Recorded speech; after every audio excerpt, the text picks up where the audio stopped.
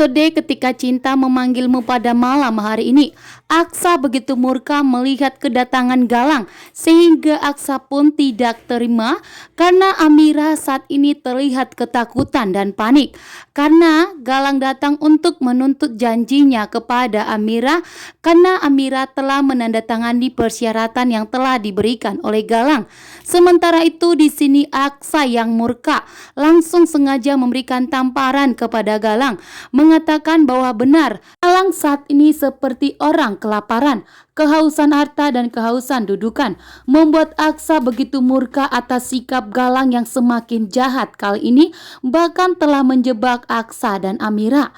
Dan Amira telah memberitahukan kepada Aksa mengenai kejahatan Galang, bahwa ternyata Galanglah yang menyebabkan Aksa mengalami kecelakaan, bahkan telah membuat Aksa dan Amira telah masuk ke dalam perangkapnya Galang. Tentunya Aksa tidak akan terima. Di sini Aksa akan mencari tahu dan akan menyelidiki untuk mengumpulkan bukti yang kuat bahwa Galanglah di balik semua ini, dan Galanglah yang telah menjebak Aksa dan Amira, bahkan telah membuat Aksa mengalami kecelakaan. Atas bantuan dari Jaki, Jaki akan membantu Aksa dan Amira. Bahkan Jaki sudah janji kepada Amira bahwa Jaki tidak akan membiarkan Amira menderita, bahkan membuat Amira dalam bahaya. Dan tentunya Jaki akan melindungi dan membantu Aksa dan Amira untuk menyelidiki kejahatan dari Galang, bahwa Galanglah yang membuat Aksa dan Amira menderita. Sementara itu, Adam pun yang begitu murka melihat Galang, tentunya Adam akan ikut membantu Aksa dan Amira untuk menjebloskan Galang ke kantor polisi.